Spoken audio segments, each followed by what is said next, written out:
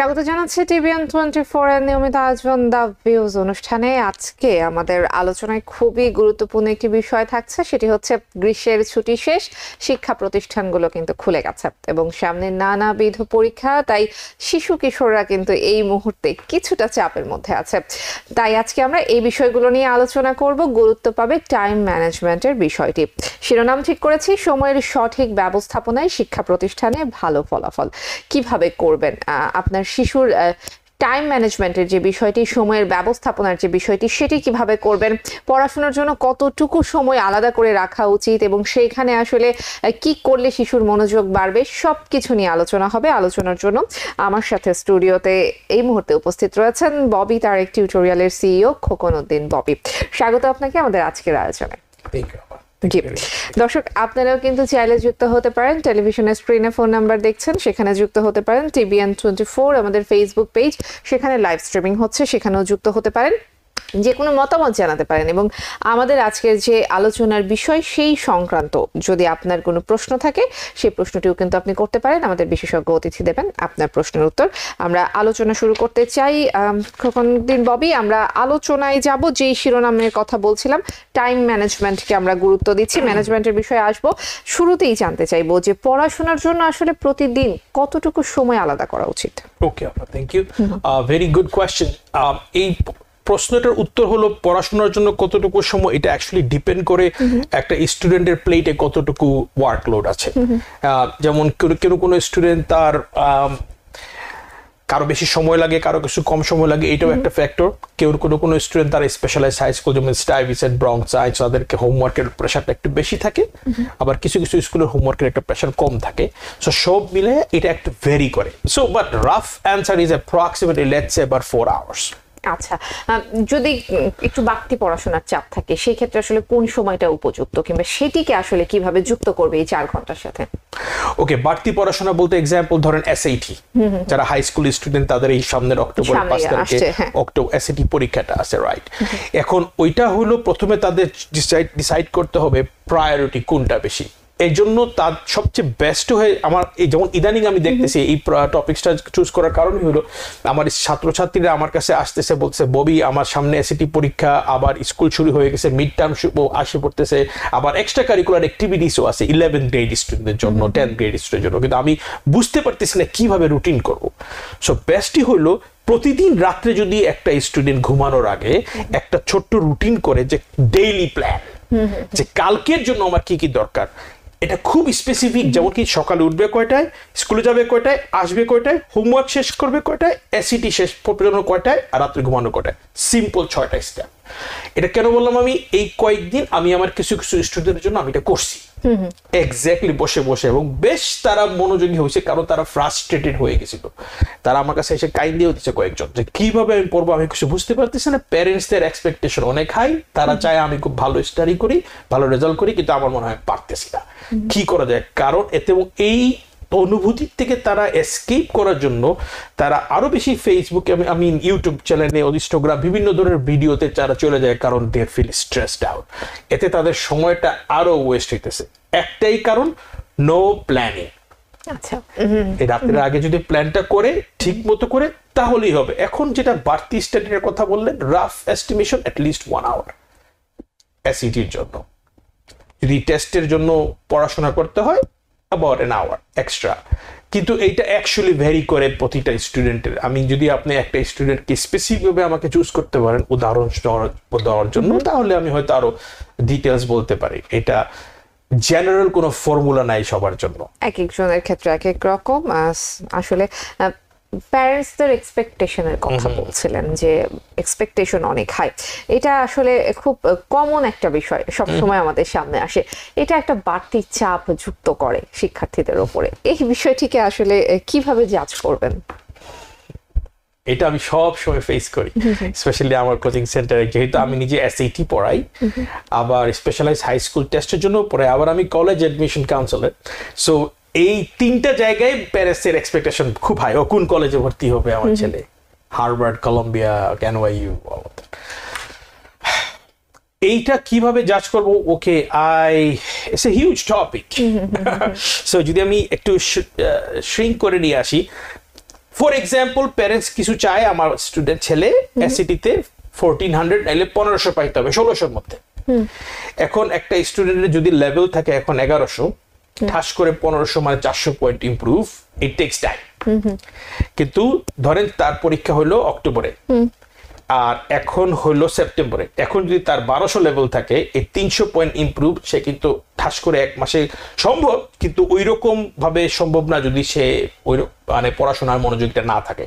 তখন সে ফিল করে, কারণ প্যারেন্টস এসে বলে যে ওকে তোমার অমুক কাজিন কিন্তু 1400 পাইছে, তুমি কিন্তু 1500 পাইতে হবে। ও আমার ভাইয়ের মেয়ে কিন্তু কোনো কোচিং ছাড়াই 1500 পাই গেছে, ও মেডিকেলে পড়তেছে, তুমি কিন্তু, ও তোমার বড় ভাই কিন্তু ভালো করছে, তোমার ছোট ভাই ভালো, you know all of this comparison, এই তুলনা করা এই জিনিসটা তাদেরকে একটা এক্সট্রা স্ট্রেস দেয়। ওকে ঠিক আছে, এই এক। নাম্বার 2 হলো প্যারেন্টস এর এক্সপেকটেশন তারা আসলে মিট করতে চায়, কিন্তু আমাদের ব্রাউন কমিউনিটি যেটা আছে আমাদের তখন আমরা দেখা যায় যে অনেস্টলি এটা বললে হয়তো অনেক প্যারেন্টস লাইক করবে না, বাট আমি তারপরে সবসময় মেনশন করি অ্যাপ্রিসিয়েশনটা খুব কম। মানে একটা ছেলে মেয়ে যদি 90 পায় তো বলে কেন 10 পয়েন্ট পাইল না, ওয়েল সে যে 90 পাইছে ওইটার অ্যাপ্রিসিয়েশনটা আসতেছে না, মানে ধরেন একটা ডোনাটের মধ্যে যে হোলটা আছে ওইটাই চোখে পড়ে, কিন্তু হোলের চারপাশে যে ডোনাটটা আছে ওটা চোখে পড়তেছে না, বুঝতে পারছেন? সো এই জিনিসটাই একটু যেটা মেইন প্রবলেম, আমি যেটা সংক্ষিপ্তে বলতে গেলে অ্যাপ্রিসিয়েশনটা কম। এই অ্যাপ্রিসিয়েশনটা যদি একটু থাকতো প্যারেন্টসদের, তখন কিন্তু বাচ্চারা ঠিকই একটু ট্রাই করে ওই এক্সপেকটেশনে চলে যায়। এটা আরেকটা উদাহরণ দিয়ে কেন বললাম, আমার কয়েকটা স্টুডেন্ট আমি গত 2 সপ্তাহে দেখছি যে তাকে যখন একটা কাজ দেওয়া হইতেছে সে পড়তে পারতেছে না, একটা রিডিং প্রা অ্যাসিটিভ যেটা রিডিং পড়ে সে কাজ করবে সেই করতেছে, ওয়াই?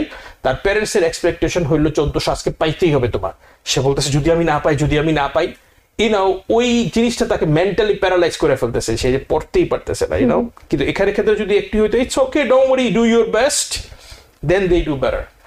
আচ্ছা, এই যে বিষয়গুলো আসলে বললেন, যে বিষয়গুলো আমাদের আলোচনার মধ্যে উঠে আসলো, যে অনুপ্রেরণা দেয়া হয় না, উৎসাহ দেয়া হয় না, অ্যাপ্রিসিয়েশন করা হয় না, তুলনা করা হয় সমবয়সীদের সাথে, বন্ধুদের সাথে, কাজিনদের সাথে, এবং পাশাপাশি এক ধরনের এক্সপেকটেশন তৈরি করে রাখা হয়।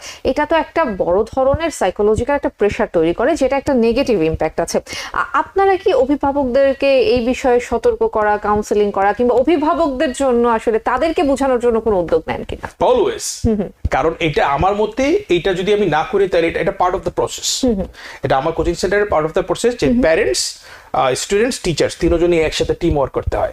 এবং আপনার যদি টিভিএন এর অনেকগুলো শো দেখেন, আমি এইটাই প্যারেন্টসের, আমি কখনোই প্যারেন্টসদের এক্সক্লুড করি না, ইনক্লুড থাকে টিচার, প্যারেন্টস, স্টুডেন্ট সবসময়। আমার ফর্মুলা হলো 10 minutes kitchen table, 10 minute kitchen table, মানে হলো প্রতিদিন যদি প্যারেন্টস কিচেন টেবিলে ছেলের সাথে মেয়ের সাথে বসে 10টা মিনিট জাস্ট এক কাপ চা খায় অথবা কফি, আর সারাদিনে কি হয়েছে একটু ডিসকাশনে রাখে, এতেই প্যারেন্টসদের সাথে বাচ্চাদের কমিউনিকেশনটা বাড়ে এবং তারা শেয়ার করতে থাকে। যদি প্যারেন্টসটা খুব টাইট হয়ে যায়, প্রবলেমটা কি এই জেনারেশনের, তারা শেয়ার করা বন্ধ করে দেয়, তারা তাদের স্কুলে কি হইতেছে সব শেয়ার করবে না, কার সাথে হ্যাং আউট করতেছে শেয়ার করবে না, তার কোন জায়গায় যাইতেছে শেয়ার করবে না। তখন প্যারেন্টস মনে করবে okay he or she is fine, actually not fine. অনেক দেরি হয়ে যায় সামটাইমস, যখন আসল জিনিসটা বাহির হয়ে আসে, প্রিন্সিপাল, গাইডেন্স কাউন্সিলর, অথবা যখন তারা কল দিয়ে জিনিসগুলো জানায়। সো এই জন্য প্রতিদিন আমি বলি যে 10 মিনিটস কিচেন টেবিল, যদি 10 মিনিট একটা বসে একটা টেবিলে জাস্ট একটা কাপ চা, তাদের সাথে একটু জাস্ট কেমন গেল আজকে তোমার দিন, আস্তে আস্তে আস্তে আস্তে তারা তখন খুব ঘনিষ্ঠ হয়, তাদের কলেজের ড্রিম গুলা শেয়ার করে, আমি এইটা হইতে চাই, এটা হইতে চাই, আমি এই কলেজে যাইতে চাই, জাস্ট বলো শিওর ফাইন, নো প্রবলেম। যেমন কালকে আমার একটা স্টুডেন্ট এসে বলতেছে, ববি আমি চাই ডাক্তার হইতে, আমার মা প্রেশার দিচ্ছে না ইঞ্জিনিয়ার হইতেই হবে, বাড়ির নাম সামনে শিখাই দিয়ে দিচ্ছে, আমি I don't know how to react. বলছি ডোন্ট ওয়ারি, তোমার মাকে যদি আমি বলি যে তুমি ডাক্তার হতে চাও, she is not gonna mind, she will be happy. ও ভাবি don't know, I was like don't worry, I will talk to her. So এই ধরনের কিছু কিছু জিনিস আমি কাউন্সেলিং করি, পরে প্যারেন্টসরাও বুঝে, অফকোর্স বুঝবে না কেন। এটা একটু জানার বিষয় ছিল যে প্যারেন্টসরা আসলে এখন কতটুকু বুঝছে, কিংবা কতটুকু আসলে এই বিষয়টাকে গুরুত্ব দিচ্ছে। ওয়েল, এটা হিউম্যান নেচার। ধরেন আপনি যদি একটা কিছু আপনার মাথায় ঢুকে যে না, এটা অনেকেই আছে যে stubborn, no stick to it, I will, এটা করতেই হবে, এটা ডিপেন্ড করে কে কোন ব্যাকগ্রাউন্ডের থেকে আসছে, সো দ্যাটস ওকে। কিন্তু ইউনাইটেড স্টেটস এর এনভায়রনমেন্ট ডিফারেন্ট। একটা বাচ্চা আমেরিকান স্কুলে পড়াশোনা করতেছে 8 আওয়ার্স, তাদের মন মানসিকতা অবভিয়াসলি দ্যাট ইজ ডিফারেন্ট। কারণ আর যারা বাংলাদেশি প্যারেন্টস, তারা যদি বাংলাদেশি প্রতিষ্ঠানগুলোতে পড়াশোনা করে, কালচারাল একটা ডিফারেন্স আছে। সো এই জন্য একটু সমঝোতা করতেই হয়। বুঝতে পারছেন? সো কিভাবে তারা বুঝতেছে? ওয়েল, প্যারেন্টস টিচার কনফারেন্সের মাধ্যমে যাওয়ার মাধ্যমে তারা বুঝতেছে। তারপরে স্টুডেন্টরা যখন তাদের রেজাল্টগুলো আনতেছে, well sometimes it takes time, honestly it takes time. মানে প্রথমেই ঠাস করে যদি বলে আমি এটা হইতে চাই, কেন আমি বলে আমি কলেজ কাউন্সিলর, তো আমার সামনে প্যারেন্টসরা আর বাচ্চারা সবসময় আসে, আমি তাদের জন্য কলেজ নিয়ে ডিসকাশন করি। তখন সামটাইমস আমার যেটা সম্মুখীন হয়, স্টুডেন্ট বলে না আমি ইঞ্জিনিয়ারিং পড়তে চাই, মেডিকেলে পড়তে চাই না, প্যারেন্টস বলে না তোমার কম্পিউটার সায়েন্সে পড়তে হবে, অথবা কেউ বলে না ঠিক আছে তুমি যেটা ইচ্ছা পড়ো। দুই ধরনের প্রবলেম আছে। সামটাইমস স্টুডেন্ট সে জানে তার কোন লাইনে ট্যালেন্ট আছে এবং ওই লাইনে পড়তে চায়, কিন্তু ফ্যামিলিগতভাবে সাপোর্ট সামটাইমস থাকে, সামটাইমস থাকে না। আবার আরেক দিকে হলো প্যারেন্টসরা টু লিনিয়েন্ট, অপশন 2 যেটা, যে তুমি যা ইচ্ছা হও, তখন স্টুডেন্ট কিন্তু একেবারে সাপোর্ট পাইতেছে না। একটা বাচ্চাকে যদি তার 17 বছর 16 বছরের বাচ্চা যা ইচ্ছা হো তুমি, তার কিন্তু অতটা দুনিয়া সম্পর্কে জ্ঞান নাই যে মার্কেটে এখন কোনটা ভালো, অথবা সে কারণ তার রিসার্চও করে না যে ইঞ্জিনিয়ারিং লাইনে যাব না, মেডিকেল লাইন, না লয়ার, না বিজনেস, এখন না নার্সিং, ফিজিশিয়ান অ্যাসিস্ট্যান্ট, এগুলো তাদের জন্য একটু রিসার্চ করতে হয়। এই জন্য প্যারেন্টসদের উচিত যে প্রথমে হলো রিসার্চিং এ উদ্যোগ দেওয়া, 1 নম্বর, যে তুমি রিসার্চ করো। নাম্বার 2 হলো বিভিন্ন ধরনের ইন্টার্নশিপস আছে, ফার্মেসিতে ইন্টার্নশিপ করতে পারে, মেডিকেল ক্লিনিক ইন্টার্নশিপ করতে পারে, তারা তাদের নিজস্ব যে ডক্টরে যায় ওই ডাক্তারের আন্ডারেও কিছু ভলান্টিয়ার করতে পারে। তারপরে প্লে অ্যারাউন্ড করার পরে তারা নিজেরাই বুঝবে কোন জায়গায় তাদের ইন্টারেস্ট। ওইভাবে একটা ডিসিশন নিলে একটা লম্বা টাইমে এটা থাকে, নাহলে 2 বছর পরে মেজর চেঞ্জ করে পারে। যে বিষয়টি বলছিলে যে কালচারাল এক ধরনের ডিফারেন্স থাকে, তো এই কালচারাল কনফ্লিকশনটা তাদের পড়াশোনার উপরে কতটা প্রভাব ফেলে? মানে বাসায় এক রকমের পরিবেশ, স্কুলে এক রকমের ভাষাগত পার্থক্য, সাংস্কৃতিক পার্থক্য, বিভিন্ন রকম পার্থক্য, কতটা প্রভাব ফেলে? বেশ প্রভাব ফেলে। এইটা ডিপেন্ড করে ফ্যামিলি টু ফ্যামিলি। যেমন যখন যেসব পরিবার, আমার এক্সাম্পল থেকে দেখছি, যেই পরিবারের বাবা মা তাদের বাচ্চাদের সাথে মোর ইনভলভড, মানে অ্যাটলিস্ট সময় দেয় প্রতিদিন। কারণ ইদানিং এর আরেক প্রবলেম হয়েছে, স্পেশালি আফটার কোভিড, প্যারেন্টস দুজনই কাজে ব্যস্ত। বাবা মা কিন্তু দুইজনই খুব কাজ করে, যেটা আমি 20 ইয়ার্স ধরে টিচিং লাইনে আছি। 10-5 বছর আগে এত বেশি ছিল না, বাবা কাজ করতো, মা এটলিস্ট ঘরে, তাও অনেক মা। এখন দুইজনই টু মাচ তাদের নিজস্ব ক্যারিয়ার নিয়ে বিজি। এতে প্যারেন্টসরা কিন্তু খুব ঘরে একা, স্টুডেন্টরা কিন্তু ঘরে একা। এতে তাদের সাথে কমিউনিকেশন একটু কম হইতেছে। কমিউনিকেশন কম হওয়ার জন্য স্টুডেন্ট সামটাইমস ভিডিও গেমে থাকে, অনলাইনে বিভিন্ন ধরনের ভিডিও গেম, কার সাথে যোগাযোগ করতেছে, কার সাথে খেলতেছে, কার সাথে হ্যাং আউট করতেছে, প্যারেন্টসের সাথে একটু ডিট্যাচ আছে। এই ডিট্যাচমেন্ট থাকার কারণে হঠাৎ যখন প্যারেন্টস বসে, দেখি তোমাকে দেখাও কি কেমন চলতেছে স্কুল কিনা, তখন স্টুডেন্ট হঠাৎ করে বলে, ও হোয়াট ইজ দিস, তবে তুমি এতদিন জানতে চাইলে না, এখন কোথা থেকে এসে জানতে চাইতেছো আবার কি হয়েছে না হয়েছে। সো এই জায়গাটাতে কনফ্লিক্ট একটু বেশি হয়, বুঝতে পারছেন? কিন্তু যেই সব জায়গায় প্যারেন্টসরা মোর ইনভলভ, কাজে ব্যস্ত থাকার পরেও সারাদিন কাজ করে আসে, 10 মিনিটের জন্য বসতেছে, কেমন করছো দেখি, হোমওয়ার্ক করছো কিনা, ক্লাসের টিচারের কনফারেন্স কবে, আমি টিচারের সাথে কথা বলবো, ওদের বাচ্চাদের রেজাল্টটা খুব ভালো, ওদের মধ্যে কনফ্লিক্টটাও কম। কারণ প্যারেন্টস সবসময় বুঝতেছে তার ছেলে অথবা মেয়ে কোন দিকে ভালো, কোন দিকে খারাপ, সে যদি ইঞ্জিনিয়ারিং লাইনে ভালো না মেডিকেল লাইনে ভালো, তখন তাদের সমঝোতা আর কালচারাল ডিফারেন্সটা থাকলেও অত বেশি বাধা হয় না। কারণ তারা দিনে দিনে বুঝতেছে যে আমার ছেলে এই লাইনে ভালো, তাকে এই লাইনেতেই উৎসাহ দিয়ে অন্যদিকে দিয়ে লাভ দেয়। আর যাদের ডিট্যাচমেন্ট মানে ইনভলভমেন্টটা খুব কম, তাদের ক্ষেত্রে ডিফারেন্স খুব মানে অনেক চরম সীমা পর্যন্ত যাইতেছে। সোশ্যাল ওয়ার্কার ইনভলভ হচ্ছে, প্যারেন্টসদের সাথে বাচ্চাদের এমনকি ফাইটও শুরু হইতেছে। আমি বিভিন্ন জিনিস ইনভলভ হয়েছি, দেখছি ইট গেটস ক্রেজি। শিক্ষার্থীরা ইদানিং যেটা খুব বড় একটা সমস্যা, ঘরে ঘরে সমস্যা, সোশ্যাল মিডিয়ায় খুব ইনভলভ এবং বিভিন্ন ডিভাইসে খুব ইনভলভ, সেটি আসলে কিরকম ইম্প্যাক্ট ফেলছে কিংবা ফেলে সে বিষয়ে জানবো। তবে একটি ছোট্ট বিরতির সময় হয়ে গেছে, সঙ্গেই থাকবেন দর্শক, নিচ্ছে একটি বিরতিই, সঙ্গেই থাকুন। বিরতির পর আবারও স্বাগত জানাচ্ছি। আমাদের আজকের আলোচনার বিষয় শিক্ষার্থীদের পড়াশোনা গুরুত্ব পাচ্ছে কিভাবে, শিক্ষার্থীরা মনোযোগ ধরে রাখবে, টাইম ম্যানেজমেন্ট কিভাবে করবে। আলোচনার জন্য আমার সাথে স্টুডিওতে যুক্ত আছেন ববি তারেক টিউটোরিয়ালের সিইও খোকন উদ্দিন ববি। দর্শক আপনারাও যুক্ত হয়ে যান। টেলিভিশনের স্ক্রিনে নাম্বার দেখতে পাচ্ছেন, ফেসবুকে TBN24 ফেসবুক পেজে লাইভ স্ট্রিমিং হচ্ছে। যে কোনো পদ্ধতিতে যোগাযোগ করতে পারেন, আপনার মতামত জানাতে পারেন, যে কোনো প্রশ্ন করতে পারেন, আমাদের অতিথি দেবেন আপনার প্রশ্নের উত্তর। আমরা আলোচনায় ফিরতে চাই। খোকন উদ্দিন ববি, বিরতিতে যে আবার আগে বলছিলাম সোশ্যাল মিডিয়া কিংবা ইলেকট্রনিক ডিভাইস, এটার ইম্প্যাক্ট খুব খুব বেশি আলোচিত কিংবা সমালোচিত হচ্ছে বর্তমান সময়ে। আপনার কাছ থেকে পর্যালোচনা শুনি। শিওর আপা, আমি এই এখন যে প্যাটার্নটা দেখতেছি সোশ্যাল মিডিয়ার ইনভলভমেন্ট, এটা যদি মানে সরকার কর্তৃপক্ষ থেকে হোক অথবা সবাই মিলে যদি এটার একটা চেঞ্জ না আসে, এখন এই জেনারেশনটা যারা আছে তাদের ভবিষ্যতে খবরই আছে, মানে তারা এট ভেরি বিগ ডেঞ্জার। কারণ তারা নিজস্ব আইডেন্টিটি ভুলতে বসছে, হু আর উই। এই কোয়েশ্চেনটা অনেক স্টুডেন্টরাই আমাকে বলছে, we don't even know what we are. তার মানে কি দাঁড়ালো, সোশ্যাল মিডিয়াতে তারা দেখতেছে বিভিন্ন ক্যারেক্টার, স্পেশালি ইনস্টাগ্রাম, সবাই পোস্ট করতেছে আমি এইটা সাকসেস হয়েছে, আমি এটা করতেছি, আমি এটা করতেছি, আমি এটা করব। সো এইটা সবারটা দেখার মাধ্যমে তারা নিজেরা মনে করে okay I should follow him, I should follow this guy, I should follow this guy. তখন একটা তাদের পার্সোনালিটি কনফ্লিক্ট আসতেছে, they don't know who to follow. এই এক। নাম্বার 2 হইতেছে এটা তাদেরকে ডিস্ট্রাকশন রাখে চরম ভাবে। তাদের নিজস্ব কোনো গোল থাকে না যে আজকে আমার এটা করার কথা। এই যে রুটিনটার কথা টাইম ম্যানেজমেন্ট বললেন না, টাইম ম্যানেজমেন্ট না থাকলে সোশ্যাল মিডিয়া যদি একবার ঢুকে কখন 2 ঘন্টা চলে যেতেছে তারা জানতেছেও না, পড়াশোনা ঠিক মতো হইতেছে না, হোমওয়ার্ক মিসিং আগের থেকে অনেক বেশি, এবং তাদের স্পিকিং স্কিলস, পার্সোনালিটি গ্রোথ, তারপরে যে ইন্ট্রোভার্টনেস, এগুলো সবগুলো আগের থেকে বাড়তেছে। তারা সমাজের সোশ্যাল স্কিল গুলো কমে আসতেছে, তারা হিউম্যান ইন্টারাকশন বেশি করতে চায় না, এক ডিভাইসের মধ্যে থাকে।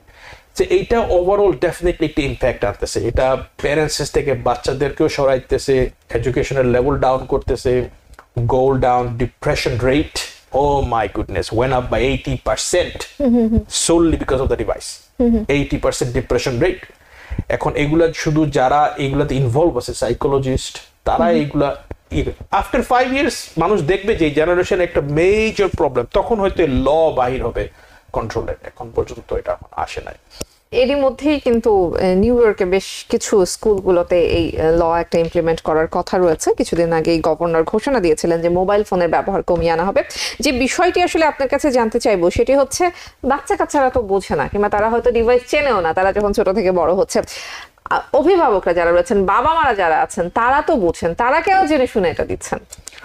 তারা নিজেরাই ফোনে এডিক্ট nowadays, বা তারা কেন দিচ্ছেন যেটা আসলে কি বলবো, টেম্পোরারি প্লেজার। সামটাইমস আমি দেখি আমার সামনেই বাবা মারা বলেছে নাকি, ওকে তুমি যদি অ্যাসিডিতে 1500 পাও তোমার জন্য আইফোন 15। এখন বুঝতেছেন যেটা একটা কালচারাল নর্ম হয়ে দাঁড়াইছে এই জন্য, কিন্তু তারা আসলে বুঝতেছে না যে ছেলেরা এই মোবাইল দিয়ে কতটুকু যাওয়া যায়। এই মোবাইল দিয়ে অনেক ভালো কাজও করা যায়, অফকোর্স ইন্টারনেট সার্ফিং অনেক কিছু আছে, কিন্তু ওরা তো বুঝতেছে না, কারেক্ট? এখন তারপরেও তারা অনেক কিছু বুঝ দিতেছে, ও অমুক আমার ফ্রেন্ডের আছে, তুমি আমাকে দিবা না কেন, ওকে। তবে ইদানিং আমি একটা প্যারেন্ট দেখতেছি, অনেক বাবা মাই I think they are much more angry ও পিসড অফ, তাদের ছেলেদের কাছ থেকে মোবাইলটা সরাই নিতেছে। আমার অনেক স্টুডেন্টেরই আসলে তাদের মোবাইলটা নাই, ছিল, নেওয়া হয়ে গেছে। এটা কারো আমার অফিস ফোন বারবার ইউজ করে তারা কল দিতেছে, কমিউনিকেশন, একজন না দুইজন না, বেশ কয়েকজনকে দিতেছে। সো এইটা একদিকে আই থিঙ্ক প্যারেন্টসটা কিছু সচেতন হইতেছে, কিন্তু তারা দিতেছে, তারা মনে করতেছে ইটস নরমাল, তারা আসলে না বুঝতেছে না এটা কি হইতে পারে। ছোটরা তো অনেকটা অনুকরণ প্রিয়, অনেক সময় দেখা যায় যে বাবা মা হয়তো বা দিচ্ছে না, তাকে অ্যালাউ করছে না, কিন্তু বাবা মারা নিজে অ্যাডিক্টেড থাকার কারণে বাচ্চারা সেটা দেখে দেখে শিখছে। আসলে বাচ্চারা তাকে বাচ্চারা দেখে শিখতে হয় না, কিন্তু যেটা আমি দেখছি আমার স্টুডেন্টরা, তারা ওইটা উল্টা তর্ক করে প্যারেন্টসের সাথে, যে তুমি আমাদেরকে বলো ফোন ইউজ করতে না, তুমি নিজেই তো সারাদিন ফোনে থাকো। সো আমার সামনে যখন বলি তখন এটা তখন প্যারেন্টসরাও আমাকে মাঝে মাঝে বলে, ওই ভাই কি বলবো, সত্যি কথা আসলে ছেলের সামনে বলতে পারে না, ইট ইজ ট্রু। সো এখন সবারই দরকার একটা আসলে যদি গোল থাকে, আবার সবশেষে এটা হলো গোল যদি কারো থাকে, অ্যাম্বিশাস মানুষের সাথে যদি তারা চলাফেরা করে, তাহলেই এই ফোনটা কমায় আনা সম্ভব। যখনই তাদের কোনো গোল থাকে না, তখন তাদের অনেক টাইম, তারা জানে না এই টাইমটা কিভাবে ইউজ করবে, তখন এটা ফোন। সো ওই গোলটা কিভাবে বানাইতে হয়, ওই ধরনের মানুষের সাথে হ্যাং আউট করতে হয়, সাকসেসফুল বন্ধুর সাথে সাথে। এই জন্য প্যারেন্টসের উচিত সে কার সাথে হ্যাং আউট করতেছে, ওই স্টুডেন্টের গোল কি, অ্যাম্বিশন কি, ওই স্টুডেন্টের পরিবার কিরকম, কারা কোন ব্যাকগ্রাউন্ডে, কোন কলেজে তারা যাইতে চায়, এইগুলো ইম্পর্টেন্ট। গোল সেট করে দেওয়ার আসলে গঠনমূলক প্রক্রিয়া কি হতে পারে? কারণ বাচ্চা কাচ্চারা নিজেরা বোঝে না যে কোনটা ভালো কোনটা মন্দ। আবার অভিভাবকরা যদি কোনো একটা গোল সেট করে দেয়, ওটা অনেক সময় চাপিয়ে দেওয়া হতে পারে। তো একটা গোল সেট করার যে প্রক্রিয়া, এটা আসলে কোন প্রক্রিয়াটার মধ্যে দিয়ে গেলে ভালো? আমার মতে স্টেপ 1টাই হলো কিচেন টেবিলের 10 মিনিটস বৈঠক। প্যারেন্টস আর স্টুডেন্টরা যদি সবসময়, আমি যেটা দেখছি যে প্রতিদিন যদি প্রথমে এই কিচেন টেবিলে 10 মিনিটের কফি খায়, তো ওইটা হলো স্টেপ 1। কেন? প্রথমে ডিসকাশন করতে হবে, ব্রেইনস্টর্ম করতে হবে গোলটার জন্য কি দরকার। টাইম যদি অ্যাটলিস্ট ভালো গ্রেডটা ভালো থাকে, তখন অলরেডি তার ভিতরে মোটিভেশন আরো আসে। এটা এক জায়গায় না এক জায়গায় স্টার্ট করতেই হয়, কারণ আইডিয়া ঠাস করে ফর্ম হয় না, একটা স্টার্ট করলে পরে স্ক্র্যাচিং এর মাধ্যমে আসে। এখন ওই কন্টিনিউয়াস ডিসকাশনের মাধ্যমে প্যারেন্টস আর স্টুডেন্ট যদি কথা বলে তুমি কি হইতে চাও বাবা, let's start with this sentence, তুমি কি হইতে চাও, তখন বাচ্চাকে বলতে তার সুযোগ দিতে হবে ও কি হইতে চায়। কিন্তু আমাদের প্যারেন্টসরা বলে কি নাও তোমার ডাক্তার হইতেই হবে, তো আপনি গোলটা চাপাই দিলেন, এইখানে তো আর ফোন পরে আর কাজ হয় না, ডাক্তার তো হয়ই না, পরে উল্টা আরো ছেলে অন্য জায়গায় চলে যায় টোর্কে। সো এই জন্য গঠনমূলক পরীক্ষাটা কি 10 মিনিট টক। নাম্বার 2 হইলো কি ওর সাথে ফলো আপ করা যেন স্কুলের জিপিএটা ডাউন হইতেছে। নাম্বার 3 কি প্যারেন্টস টিচার কনফারেন্সে যাওয়া, ওর বাচ্চা সম্পর্কে জিজ্ঞেস করা যে আমার ছেলেটা কোন লাইনে ভালো, কিরকম কি। তা নাম্বার 4 সামটাইমস গাইডেন্স কাউন্সিলর অথবা কলেজ কাউন্সিলরের সাথে ডিসকাশন করা যে কোন কোন কলেজ আমার ছেলের জন্য অথবা মেয়ের জন্য ভালো হবে, অথবা কোন কোন দিন কলেজ ট্যুর আছে। তারপরে অনলাইনে তো অনেকগুলো ইনফরমেশন আছে কলেজের, সামটাইমস আমরা এতগুলা কলেজের লিস্ট করি। 5 নম্বরে বলবো আমি এতগুলা কলেজ দরকার নাই, টপ 3 ইউনিভার্সিটি চুজ করা। এই তারপরে এটা নিয়ে কয়েকদিন পড়াশোনায় ভালো করার জন্য আসলে বাচ্চাদের কিংবা শিক্ষার্থীদের বন্ধু নির্বাচন কতটা গুরুত্বপূর্ণ। নাম্বার 1 আপনি যত জিনিয়াস হন, এটা আমি আমার কোচিং সেন্টারেই দেখি, আপনি যত বড় স্মার্ট গাই হন, যত ম্যাটেরিয়ালস আর তারপরে 10 মিনিটস কিচেন টেবিলও যদি থাকে, প্যারেন্টসরা ইনভলভও যদি থাকে, ওয়ান রং সঙ্গ পুরো ডিস্ট্র্যাক্টটাকে চেঞ্জ করে দেয়, ডিস্ট্রয় হয়ে যায়। জিনিয়াস থেকে জিনিয়াস স্টুডেন্ট আমার পুরো নষ্ট হয়ে গেছে, আমি যাকে দেখে আমি এমআইটিতে থাকার কথা আজকে 10 ইয়ার্স পরে। কারণ কি সঙ্গ। আপনি দেখবেন আপনার ডিসিশন গুলা পার ডেতে আপনি যদি ঘরে গিয়ে চিন্তা করেন 15 মিনিট, আমি যে এই ডিসিশন গুলা বানাইলাম, কেন বানাইলাম, এইটা ইনফ্লুয়েন্সড বাই আপনি কার সাথে হ্যাং আউট করতেছেন। সো সে যদি ওই ধরনের রং সঙ্গর সাথে উঠা বসা করে, তার ওই ডিসিশন গুলা ওই রকম হবে। সে অ্যাম্বিশিয়াস গ্রুপের সাথে ঘোরাফেরা করে, তার ডিসিশন গুলো ওই রকম হবে। আমার কাছে যখন আমার স্টুডেন্টরা আসে, আমি কলম্বিয়া ইউনিভার্সিটি গ্রাজুয়েট, আমি সব সময় উঠা বসা করতামই হলো সব টপ লেভেলের স্টুডেন্ট গুলা। তারা সবসময় একটা আমরা এক জায়গায় ডিনারও যদি করতাম কলম্বিয়ার কয়েকটা ছাত্রছাত্রী মিলে, তারা কথা বলতো ইন্টার্নশিপ নিয়ে, তারা কথা বলতো কিভাবে কে কত সাকসেসফুল হবে লাইফে, কে কত টাকা রোজগার করতে চায় ফিউচারে, কে কিরকম প্রজেক্ট করবে, মানে উল্টাপাল্টা ডিসকাশন নাই, সবাই খুব গঠনমূলক কথাবার্তা। তা আমার এগুলো শুনতে শুনতে শুনতে ওই জায়গায় আমার এই জাস্ট অটোমেটিকলি বিকাম ওয়ার্ড, বুঝতে পারছেন। আর আমি আমার স্টুডেন্টদেরকে ওইভাবে লাস্ট কোচিং সেন্টারে 15 বছর গাইড দিয়েছি।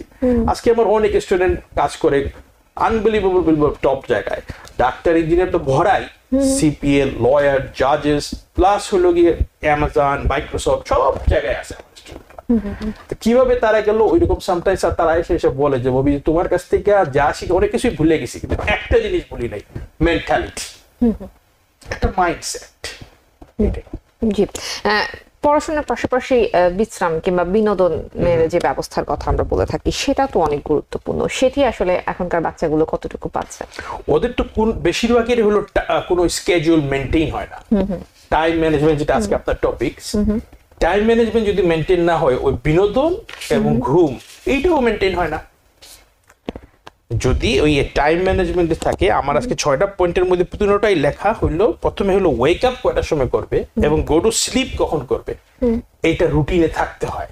যে আমি ওয়েক আপ করবো হলো 5:15, গো টু স্লিপ হলো 10:30। যেমন আমি প্রতিদিন নো ম্যাটার হোয়াট 5:15 করে তার দেন আই গো টু মসজিদ, রাইট? সেই 5:15 ওয়েক আপ করতেই হবে, এর জন্য আমার ঘুমে যাইতে হয় উচিত 10-11 o'clock। কিন্তু অনেক স্টুডেন্টরা বলে যে আমার কিন্তু এই একটা প্যারেন্টসরা অনেকে একটু ট্রিকে পড়ে যায়, স্কুল থেকে হোমওয়ার্ক দেয়, দ্যাটস ট্রু।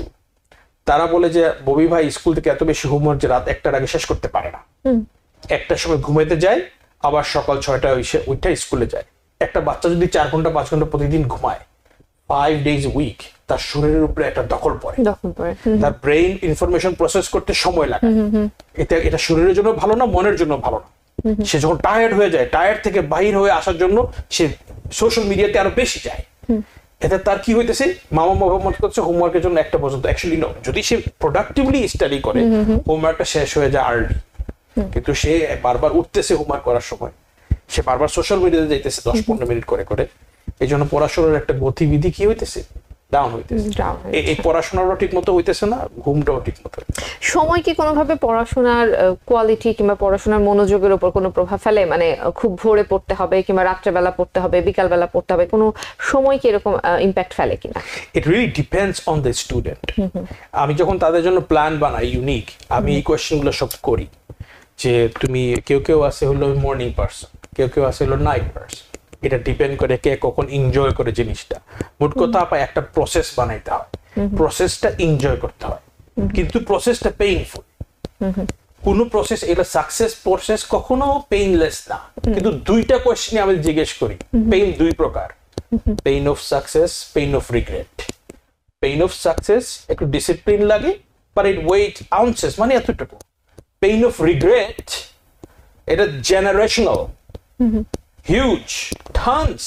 সে তার বাচ্চা কাচ্চা everybody will suffer because of your wrong decision. মনোযোগ বাড়ানোর জন্য আপনি কি পরামর্শ দিবেন? মেডিটেশন কিংবা অন্যান্য বিষয়গুলো আসলে কিভাবে কি পরামর্শ দিবেন যেটাতে একজন শিক্ষার্থী তার মনোযোগটা বাড়াতে পারে? ওয়েল, প্রথমত হলো রং মানে রাইট সঙ্গ।